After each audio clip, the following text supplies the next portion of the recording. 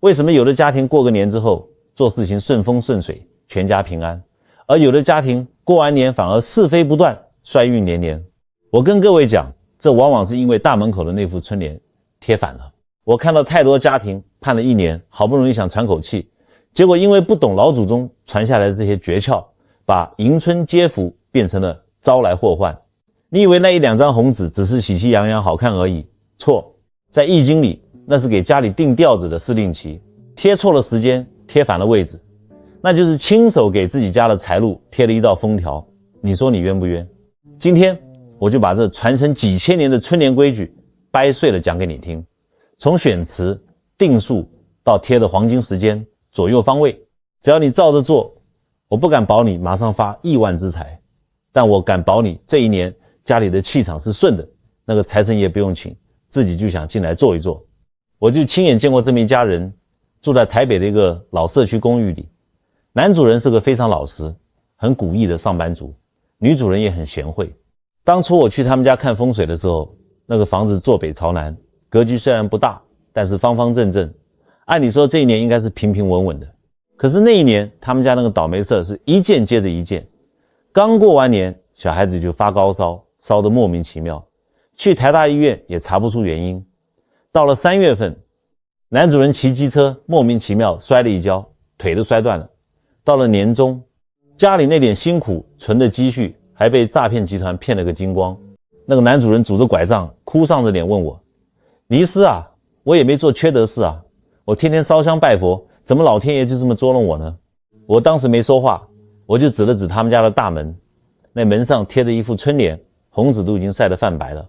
我看了一眼那个内容，再看了一眼那个胶带贴的时间痕迹，我就跟他直说：你这不是在迎春，你这是亲手给你们家的财路活路贴上了一道封门令，你冤枉不冤枉？太冤枉了。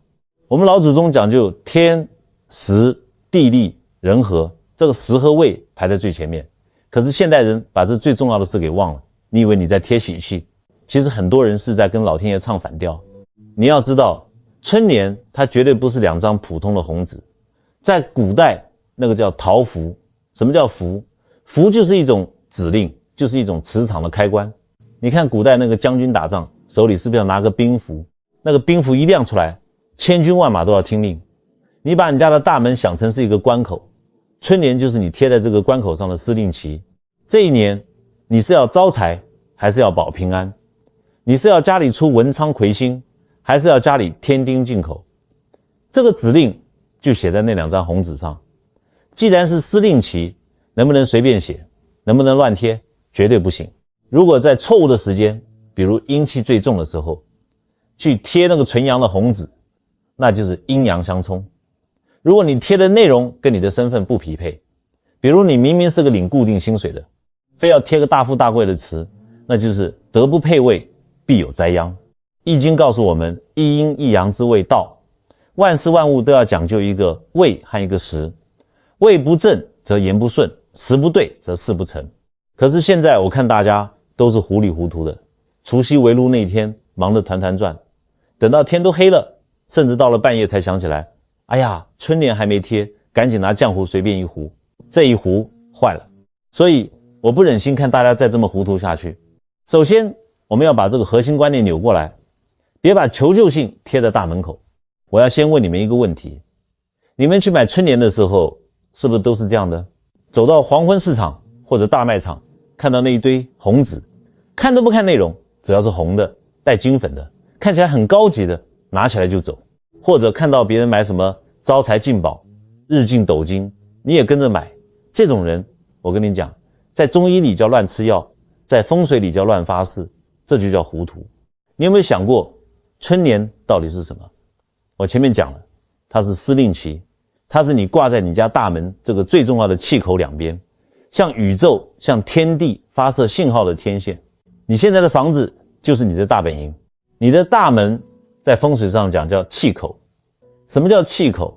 就是你这个家呼吸的地方，也是我们要吃东西的嘴巴。你在嘴巴两边贴上2句话，这2句话就是你在告诉老天爷，也告诉路过的各路神仙，甚至告诉这里的磁场，我这一年我要做什么。如果你贴的是生意兴隆通四海，那你这一年的气场就是往外扩的，就是求财的，就是要奔波的。如果你贴的是向阳门第春常在，那你这一年就是求平安、求和睦的，是内敛的，这就叫做定调子。可是现在很多人怎么做？我给你们讲个真实的笑话，但这笑话背后全是眼泪。我有一次去帮一个公务员朋友看房子，这个朋友是个机关单位的主管，工作非常稳定，但是呢，位置有点敏感。这时候最需要的是什么？是低调，是平安，是步步为营。结果我去他家门口一看，差点没晕过去。他家大门口贴了一副什么对联，上联写生意兴隆通四海，下联写财源茂盛达三江，横批日进斗金。我当时就指着那个门说，你是想去卡官司吗？他吓了一跳，说尼斯，您别吓我，这不就是图个吉利吗？谁不想发财啊？我说你是个领公家饭的，你的财是有定数的，你贴个生意兴隆，那是商人的磁场，是波动的磁场，你一个求稳的位置去引那个波动的气，这就叫名不副实。你的磁场跟你的身份不匹配，那个气就是乱的。易经讲同声相应，同气相求，你贴出去什么内容的春联，实际上就是在向宇宙发射什么样的讯息。你明明是个需要安稳的公务员，结果你在门口挂个牌子写着我要发横财，那老天爷一看，好，你要发财是吧？那就给你机会。什么机会？那油水的回扣机会，贪污的机会。结果呢，那一年他真的差点因为一笔账目不清被调查，搞得整个人神经衰弱，差点丢了乌纱帽。这就是你想喝水，结果你挂个牌子说我要吃盐，老天爷给你的就是盐，结果你越吃越渴，最后还怪老天爷不保佑你，这就叫做自作自受。还有一种人更糟糕，这种人通常有点钱，或者自以为有点文化。我看过一个大老板做进出口贸易生意的，家里很有钱，但是他不俗气，他觉得自己是个儒商，过年了他不去买现成的，他非要自己写。自己写没问题，书法好也是一种能量，但是他坏就坏在他要意境。他写的什么呢？他想起一句古诗，觉得很美，就写了寒灯独夜人，霜叶满街红。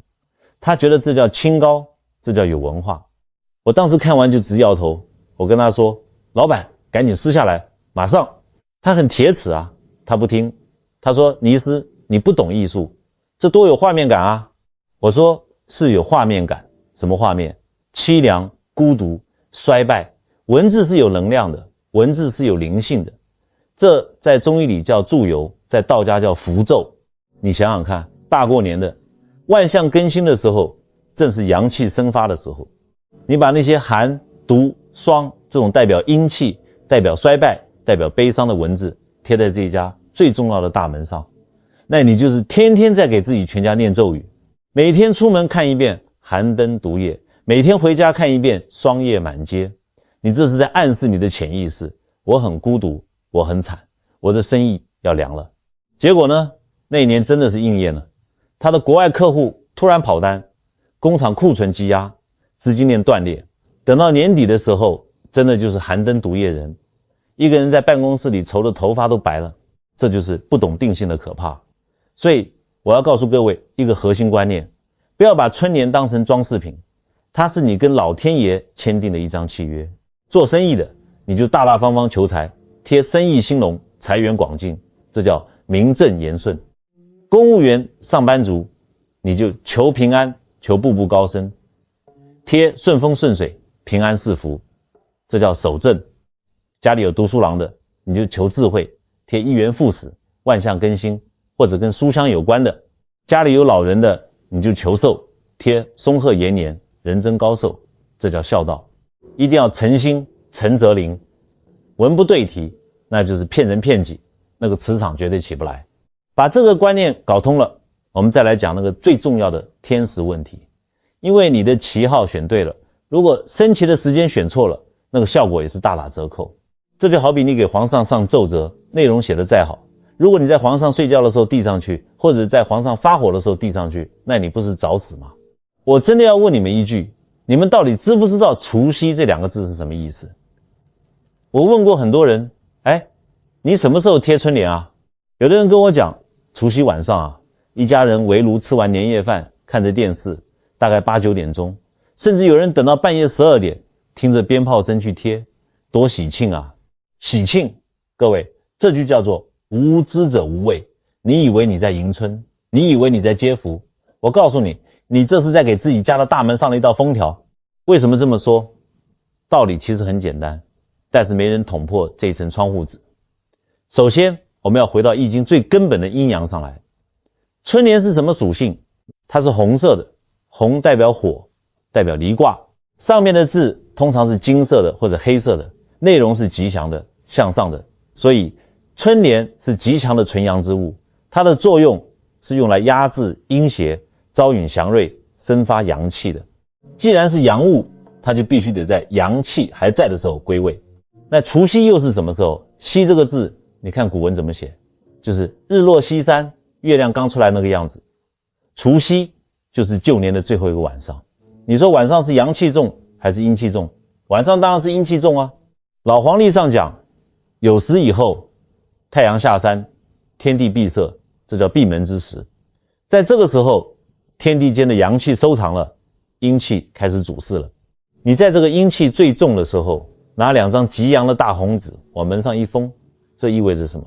这在义理上叫阴包阳，就好比那个水饺，皮是阴的黑叶，馅是阳的红纸，你把它包住了，那个阳气就出不来了。你把那个本来该出去的晦气、穷气、病气全部关在家里了，而那个想要进来的财气、喜气，看到你门上阴沉沉的被黑夜笼罩的，他也不敢靠近。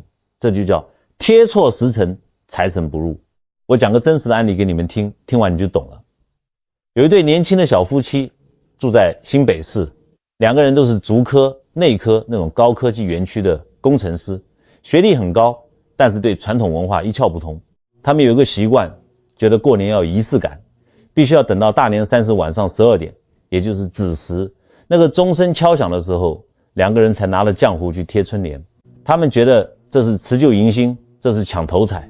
结果呢，连着3年，这家里也是奇怪，房子是新买的，装潢也是好的，可是2个人住进去之后，家里总是冷冰冰的，不是暖气坏了，是那种心里的冷。2个人说话不到3句就吵架，为了洗个碗能吵2个小时。工作上也是，明明2个人能力都很强，可就是升不上去。每次到关键时刻，总有小人出来捣乱。后来女方实在受不了了，跑来问我，尼斯，是不是我们家风水有问题？为什么我感觉家里阴气沉沉的？我问了他几个问题，最后问到，你们什么时候贴春联？他说半夜11点啊。我当时桌子一拍，我说胡闹，子时是什么时候？子时是一天当中阴气最重，也是阴阳交替最敏感的时候。依照我们台湾的习俗，那个时候是很多家庭在拜天公的时候是给天地磕头的，是让神鬼归位的，绝对不是给你动土、动门、贴红纸的时候。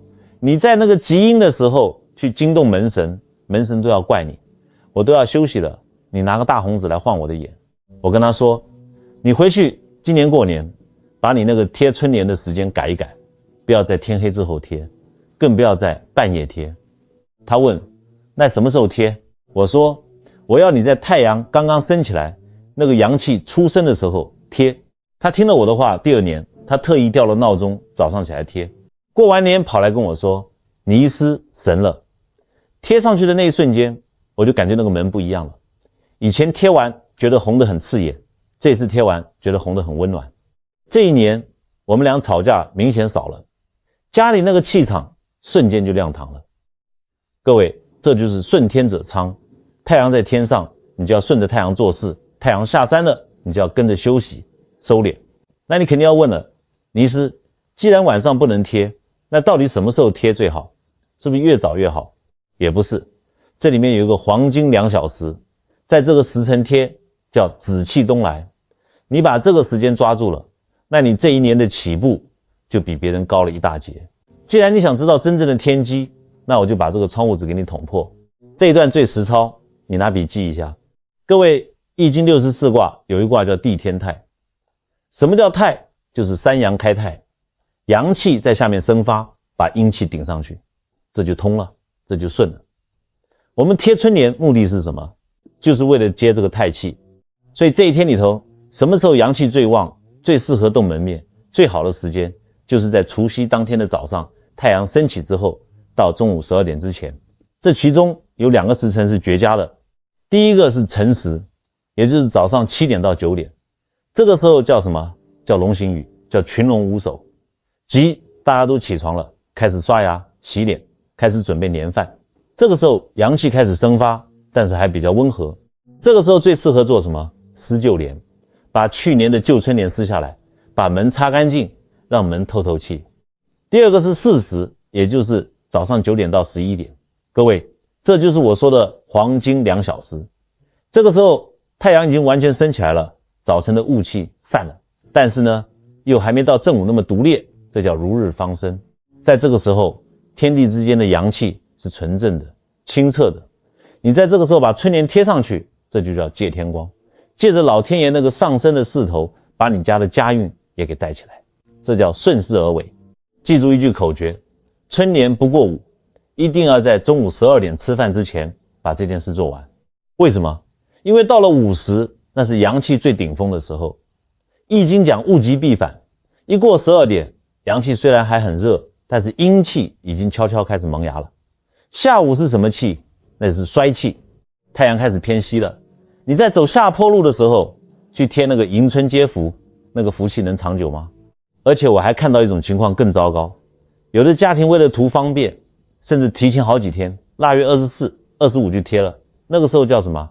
那个时候旧年还没过完呢，太岁神还没交接班。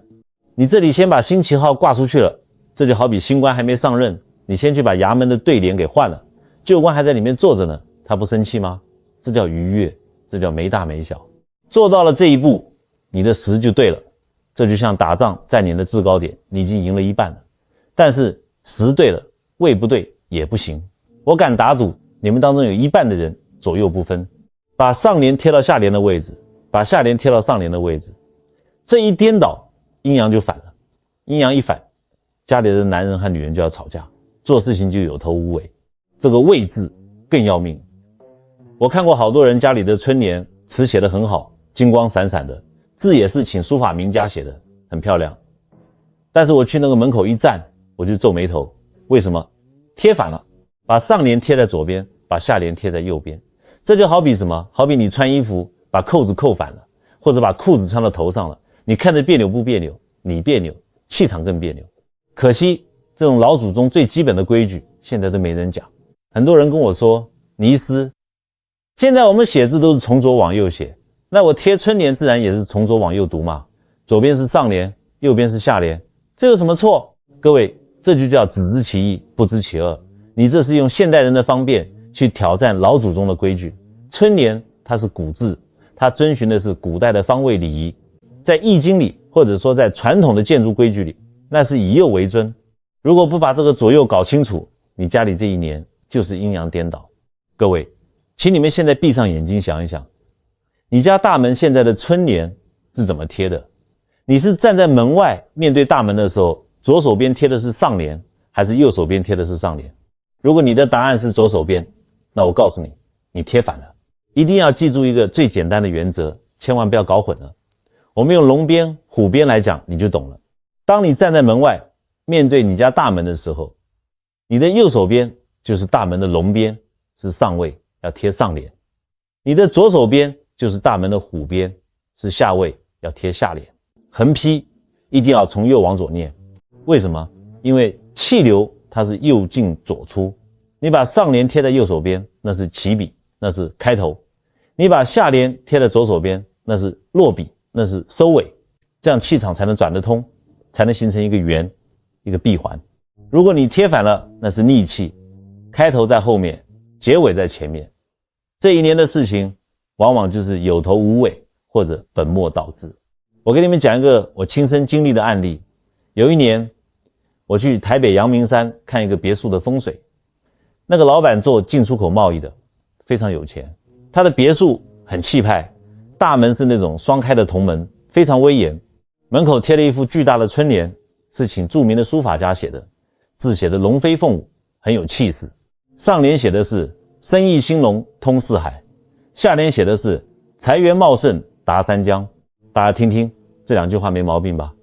很标准的求财联。但是我一看那个位置我就笑了，他把生意兴隆通四海贴在了左边，把财源茂盛达三江贴在了右边。我问那个老板，李总啊，你今年是不是感觉特别累？老板一听，马上大腿一拍，尼斯，您真是神了，我正想跟您说这事儿呢。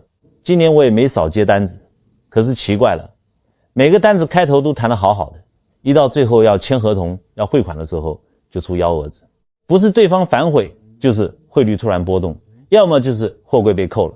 我就感觉这一年全是瞎忙活。我说你自己看看你的门，你把那个春联贴反了，上联应该在右边，下联应该在左边，你现在的贴法叫倒行逆施，你的气是逆着走的，所以你的生意也是逆着来的。开头很顺那是假象，结尾很堵那是真气。他当时还不信，说尼斯，这真的有那么大影响吗？我说你别废话，现在就叫人拿梯子来给他换过来。他叫佣人把那个春联小心翼翼的接下来，把左右对调了一下。就在对调完的那一刻，真的很神奇，连他自己都感觉到了。他说，咦，怎么感觉那个门看起来顺眼多了？刚才看着总觉得哪里别扭，好像一边重一边轻。我说这就对了，这就叫归位。后来那一年他的生意顺得不得了，之前的几个烂尾单子居然也奇迹般的起死回生了。这就叫位置正了，名财顺，名顺了，言财顺，言顺了，事才成。那有人要问了，尼斯，我也想贴对啊，可是我分不清哪张纸是上联，哪张纸是下联啊。现在的春联也没写1、2、3，我也不是中文系毕业的，我怎么知道哪句话在前，哪句话在后？这更简单，我今天教你一招，1秒钟就能分清楚。不管你有没有文化，不管你识不识字，只要你会听声音就行。看春联的最后一个字，这就是我们国语注音的声调之美，也是阴阳之分。第一，上联的最后一个字通常是仄声。什么是仄声？就是我们注音符号里的3声或者4声，读起来短促有力，往下掉，像去、下、贵、福这种感觉。这种字结尾的就是上联必须贴在右手边。第二，下联的最后一个字通常是平声。什么是平声？就是我们注音符号里的1声或者2声，读起来悠扬平缓，往上飘，像天、开、门、财、春这种感觉。这种字结尾的就是下联，必须贴在左手边。这叫什么？这叫上仄下平。为什么要这样？因为上联要起，要压得住，所以用仄声，那是重音。下联要收，要延展，要悠扬，所以用平声，那是余音绕梁。我们来举个最经典的例子，大家跟我一起念一遍：天增岁月人增寿，春满乾坤福满门。第一句最后一个字是寿，第几声？第4声，往下掉的，重的。所以天增岁月人增寿是上联，贴在右手边。第二句最后一个字是门，第几声？第2声，往上飘的，轻的。所以春满乾坤福满门是下联，贴在左手边。你要是把福满门贴在右手边，把人增寿贴在左手边，那个气一下子就堵住了。再举个例子，一帆风顺年年好，万事如意步步高。来看最后一个字好，第3声，这是仄声，这是上联。高，第1声，这是平声，这是下联。所以年年好贴右边，步步高贴左边，这就是阴阳调和。各位今年去买春联，或者拿到公司发的春联时，千万不要急着贴，拿在手里先念念，读一下最后那个字，掉下去的重的3、4声贴右手，飘起来的轻的1、2声贴左手，这就是口诀，记住了吗？千万不要小看这一点点位置的差别。易经讲位，父亲有父亲的位，母亲有母亲的位。春联也是一样，上联就是父亲，下联就是母亲，右为大，右为上。你把父亲贴到母亲的位置，把母亲贴到父亲的位置，那就是阴阳反背，家里就会出现什么情况？老婆特别凶，老公特别窝囊，或者老公天天不着家，老婆天天守活寡，这都是气场乱了惹的祸。好了，现在你懂得选内容了，也知道选时间了，更知道分左右了。既然方位你也搞懂了，那我们接下来讲讲这个数。各位，你们去买春联的时候，有没有数过那上面是几个字？大部分人买的都是7个字，对不对？一帆风顺年年好，万事如意步步高。偶尔也有5个字的或者是9个字的，但是你几乎看不到8个字的，也看不到6个字的。为什么？因为易经里面讲阳奇阴偶，那个奇就是单数1 3 5 7 9，那个偶就是双数2 4 6 8 10。春年是用来迎春的，是生发之气，必须是阳的，阳气才主动，阳气才会长。阴气是主静的，是主收敛的，所以给活人住的房子一定要用单数，7个字，7日来复，代表循环往复，生生不息。千万不要觉得自己文采好，非要写个8个字的对联贴门上，那你就是把自家的气数给封死了，变成了一潭死水。还有一件事，关于贴福字，现在很多人喜欢在门上贴福字，我问你，应该贴几个？很多人觉得，哎呀，韩信点兵，多多益善嘛，我把门上贴满，那福气不就多了吗？错，大错特错。大门上的福字只能贴1个，1是单数，是阳，是太极点。如果你贴2个，那是双数，那是阴。而且那个最关键的问题，大门口的福字到底能不能倒着贴？我知道你们听过那个故事，说慈禧太后看到福字贴倒了，李莲英说福到了，来救场。各位，那是洪老太太开心的，那是救命的谎话。大门是你的脸面，是庄重的地方，福字正正方方贴在那里，叫正福，也叫纳福。你把它倒过来，在门口那个气口上，那叫福气倒掉了。你想想看，大门是你家的嘴巴，你会把饭碗倒过来吃饭吗？你会倒立着走路吗？那是颠倒黑白。只有什么地方可以倒着贴？垃圾桶、水缸、米缸、柜子里。为什么？因为那些地方是往外倒东西的，或者是藏东西的。你在那里贴倒福，意思是把福气留在里面。大门是招牌，招牌能挂反吗？你见过哪家大公司、哪家银行的招牌是倒着挂的？财神爷走到你门口，一看那个福字是倒着的，他会觉得，哦，这家人不需要福气了，他们把福气都倒出来了，那他就走了吗？好了，字数、时间、位置都对了。可是还有个最关键的动作，很多人为了偷懒直接省略了，那就是旧的春联怎么处理。各位，我要问你们一个很现实的问题，你们家去年的春联你是怎么处理的？我看到很多年轻人，甚至很多当家长的图省事，看着那个旧的春联贴得死死的，双面胶印硬邦邦的，直接拿浆糊把新的春联背面一刷，往旧的一盖，完事。这就叫做掩耳盗铃，这在风水上叫积弊，叫滞气。那张旧春联在门上贴了1年了，它吸附了1年的灰尘细菌，更吸附了这1年里你们家进进出出带回来的那些不好的磁场、怨气、晦气，它已经是阴气很重的东西了。你现在不把它铲除掉，反而把新的红纸直接盖在它上面，这在易经里叫阴邪内藏。这就好比你那个伤口化脓了，你不把脓挤出来，直接贴个 OK 绷上去，结果是什么？里面烂得更厉害。你把去年的霉运、歹运严严实实的封在了新春联的底下，你这是在养奸啊！所以我给各位一个死命令，在贴新春联之前，最好是在辰时，早上7点到9点，必须做3件事。